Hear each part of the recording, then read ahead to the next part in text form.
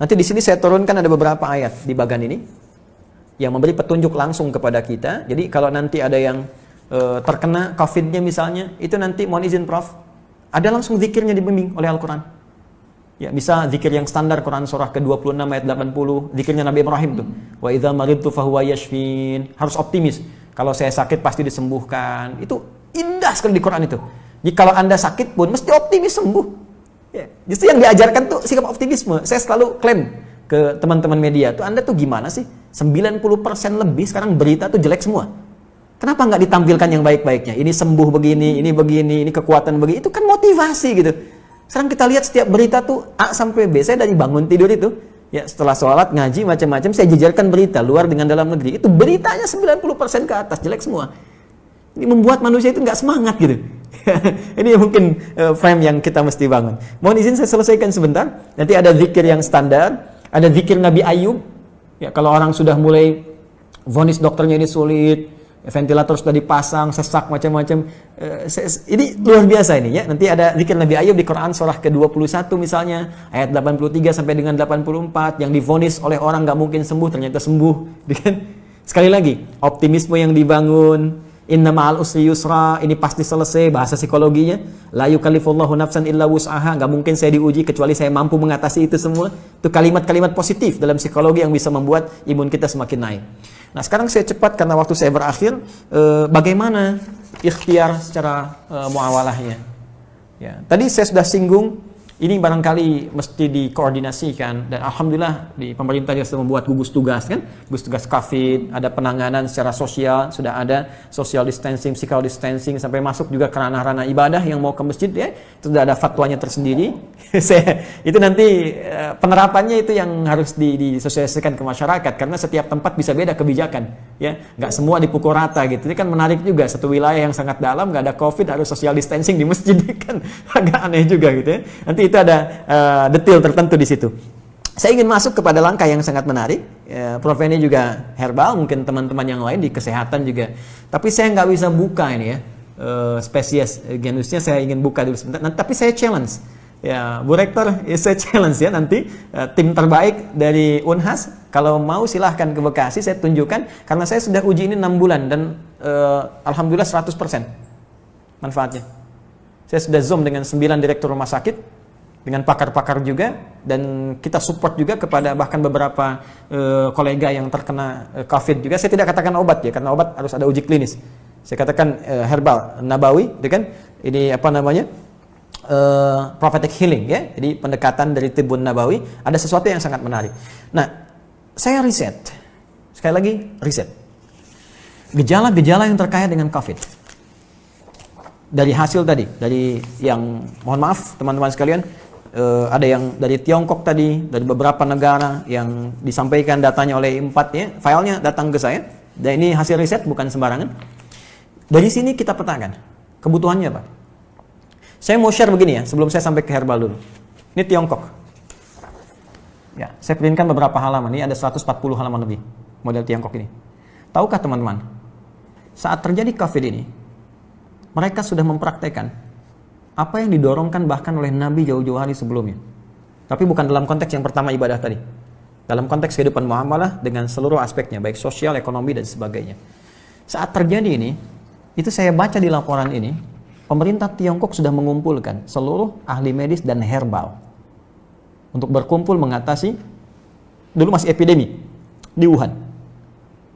Mereka kumpulkan semua alternatif. Dan yang paling dahsyat, rahmat yang diisyaratkan Nabi, yang bisa berlaku di konteks muamalah, bisa masuk ke ekonomi, bisa masuk ke ranah sosial, itu mereka praktekkan. Mereka riset, apa yang dibutuhkan untuk mengatasi wabah ini? Apa saja yang dibutuhkan? Lalu mereka minta ke dunia-dunia luar, dan dunia luar, ya luar biasa dengan itikat baiknya. Ada yang nyumbang APD, nyumbang macam-macam. Mereka sudah petakan, oh ini kebutuhannya. Dan sudah dilihat, ini satu hal yang dirasakan akan banyak menyebar. Karena dalam skala global, termasuk khususnya dalam politik global, ini kan isunya luas. Dengan 3 tipe itu. Kan? Ada yang versi Amerika, versi Israel, ada yang versi Cina-nya. Kan? Artinya ini kan sudah menyebar. Dan mereka sudah lihat. Artinya apa? Potensi dari segi muamalahnya, dari Kalau karena ini kan sisi agamanya kosong gitu kan, dalam tanda petik minim lah. Dia tarik sisi ekonominya saja. Bahkan dari tim mereka punya tim khusus yang dalam bidang ekonomi untuk memetakan ada ribuan list yang mungkin bisa dimanfaatkan dengan situasi pandemi ini. Ini bikin APD, ini bikin kits, bikin ini, bikin itu, bikin sampai puncaknya vaksin. Dan mereka sudah prediksi. Akhirnya dari luar ditarik nyumbang ke sana, ketika di luar merasakan sudah mulai terkena dan kesulitan untuk itu, mereka ekspor. Saya beri contoh gini ya. Kami punya kelas riset. Kelas riset ini basicnya Al-Quran dan Hadis. Ada 5 kelas utama. Di antara 5 kelas itu nanti ada kelas pengusaha, ya, ada kelas dunia kesehatan. Kami tergabung dengan 400 dokter. Ya, ada nakes ya, dan macam-macam. Itu belajar semua kurikulum dari Al-Quran dan Hadis sesuai spesialisasinya. Jadi kalau dokter mata, apa kurikulum mata di Al-Quran? Kita turunkan dalam pembelajaran. Ya, dokter gigi, dokter ini macam-macam termasuk kaitan dengan apa yang kita kaji. Saya riset dengan teman-teman yang di dunia usaha. Ini akan ada kebutuhan APD, masker dan sebagainya. Sampai kami buat standar yang nanti akan ditetapkan oleh pemerintah. Ini standar APD. APD yang tersebar di Indonesia itu pionir pertama yang riset di antara kami. Ya, ini yang versi pemerintah untuk distandarkan. Ya, face shield, kita buat face shield, masker. Tahu nggak teman-teman, Prof? Kita buat face shield untuk bantu masyarakat awal-awal, bahkan kita gratiskan. Kemudian setelah itu kita ambil bahan baku harga sekian. Dari bahan baku 25.000 baru akan disupportkan ke masyarakat. Sudah ada di salah satu toko, saya nggak sebut nama, yang ngambil dari Tiongkok 60.000 dijualnya dan sudah lolos dengan semua ujinya. Saya ingin lihat dengan persepsi yang lain ya. Saya ingin lihat dengan persepsi, bukan persepsi kita menyoal. Persepsi kita melihat bagaimana Tiongkok membaca peluang, menjadikan ini sebagai rahmat, dan sekarang diselamatin WHO. Selesai gitu kan. Mereka bebas, tapi mereka bisa meningkatkan sisi ekonominya. Kenapa kita nggak riset itu semua? Peluang apa yang bisa kerjakan kita sekarang? Kenapa teman-teman misalnya di wilayah Makassar, Sulawesi bisa tidak membuat batasan terbatas? Kenapa Anda nggak bikin aplikasi? Ya, meningkatkan ketahanan pangan, riset. Siapa yang jualan padinya, siapa yang jualan kentangnya, jualan sagunya, macam-macam. Aplikasi wilayah Makassar saja. Unhas jadi pionirnya. Yang butuh pangan ke sini, butuh ini ke sini. Mereka tinggal klik. Lokal hidup, nggak terganggu. Baru kita ngambil dari luar. Itu sisi ini. Ya, yang paling menarik ketika saya riset tentang gejala COVID-nya. Dari mulai imun menurun, pernapasan terganggu. Ya, mulai macam-macam lah segala gejala COVID yang Anda lebih tahu di dalamnya. Saya cari dalam narasi hadis-hadis Nabi. Dan Masya Allah, Alhamdulillah, ditemukanlah satu herbal, saya sebut herbal, yang mencakup semua gejala tadi. Dan itu, dunia internasional pun belum masuk ke situ. Belum ada kesadaran itu gitu. Ya, saya cek kemudian, di Indonesia nggak ditemukan materinya. Ini hanya ada di 2 tempat di dunia.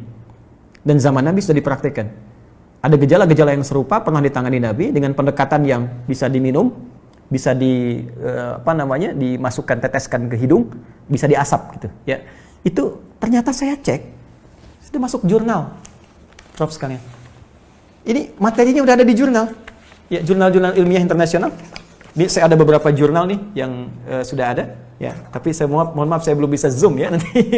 Maksud saya nanti saya bikin statement di akhir. Ini sudah ada zoom internasionalnya, ini sudah tahu ternyata khasiat-khasiat ini herbal ini, tapi belum ada kesadaran bahwa ini bisa mengatasi persoalan yang tengah kita hadapi saat ini di pandemi COVID. Ya, saya keluarkan itu, saya lacak hadisnya dari sejak 18 Maret saya usahakan, saya dapatkan dari sahabat kami karena ini hanya dapatkan di 2 tempat di dunia. Ya, di Himalaya dengan di Saudi bagian timur. Ini ada. Saya minta kemudian dan itu alhamdulillah ada. Saya cobakan, ya kita treatment beberapa teman-teman yang isolasi mandiri ya karena di rumah sakit kan tidak mungkin karena protokol kesehatan. Tapi menariknya kalau ada izin dari keluarga untuk kepentingan pribadi, boleh jadi pendamping suplemen. Kami 6 bulan coba ujikan itu, sampai dengan sekarang rekornya 100%. Hanya 3 hari paling lama. Ya, yang terkait dengan COVID ini saya tidak mengatakan obat ya. Kalau enggak besok nanti saya diundang. jadi saya katakan ini ada pendampingan prophetic healing. Kemudian saya sempat share juga Zoom dengan beberapa 9 direktur rumah sakit, kita berikan bantuan juga itu dengan skala yang sangat terbatas. Dan menariknya, saya coba pesan itu 1 kali lewat online, ya ingin tahu gitu kan, ada dilacak, ini sudah di produk internasional, tapi dengan arah pengobatan tertentu, bukan ke COVID. Ya, bukan gejala-gejala ini. Dan belum tahu kalau ternyata itu bisa untuk gejala yang dimaksudkan. Jadi kalau kita pesan pun ada, cuma kualitasnya belum tentu sama karena ada 15 spesiesnya, 15 spesies. Nah, saya coba pesan, ya, saya minta staff saya pesan, coba saya pengen tahu nyampe nggak ke kita barangnya.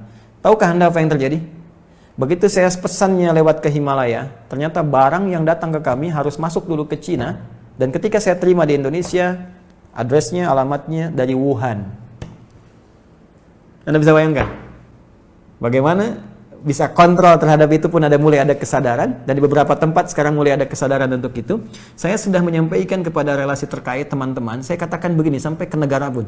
Jika negara membutuhkan ini dan benar, ya silahkan uji. Rekomendasi kami siapapun yang ingin menguji dari pihak manapun, silahkan uji di lab. Kalau betul terbukti ada manfaatnya, saya serahkan sepenuhnya untuk negara. Saya tidak akan mengambil apapun dari ini dengan kecintaan kami kepada Indonesia. Hanya saya ingin satu saja, sebutkan referensinya bahwa ini dari hadis Nabi. Itu saja.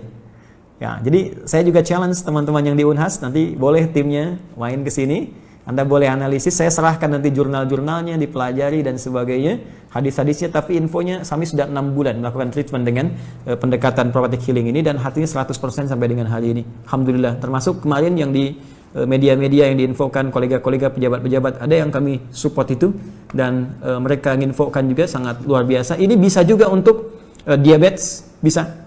Kemudian kemarin ada yang kompleks antara diabetes dengan liver, dia menggunakan medis, ya medis belum ada pengaruh, mungkin belum cocok saja, mohon izin, ya. Lalu coba kami support dengan itu, dia selesaikan medisnya, dia tidak minum dulu, dia konsumsi itu, kami berikan, karena ini hanya 2 pekan, hanya boleh dikonsumsi dalam 2 pekan, kemudian selesai, 1 pekan baru nyambung kembali. Apa yang terjadi? Hanya dalam 3 hari, terjadi pemulihan yang sangat luar biasa, dia sudah bisa ke masjid, sudah beraktivitas, dan sudah normal kembali. Saya ingin katakan begini, betapa ini rahmat untuk kita dalam aspek muamalah. Kita bisa terbuka, bangsa kita bisa lebih kreatif, bikin APD, bikin peluang, bikin macam-macam, semua sifat makro dalam bernegara itu bisa kita dudukan di sini. Yuk, dari segi ekonomi apa sih yang bisa kita ambil manfaat dari sini? Jangan dikeluhkan semua. Ya, dari segi ibadah sudah selesai tadi. Ya, dari segi kehidupan sosial seperti apa? Ada banyak hikmah yang bisa kita gali. Silaturahim, penguatan di keluarga, ya, penguatan di kampus dan sebagainya, dan tentunya teraplikasikannya nilai-nilai kebangsaan dengan nilai yang lebih luas.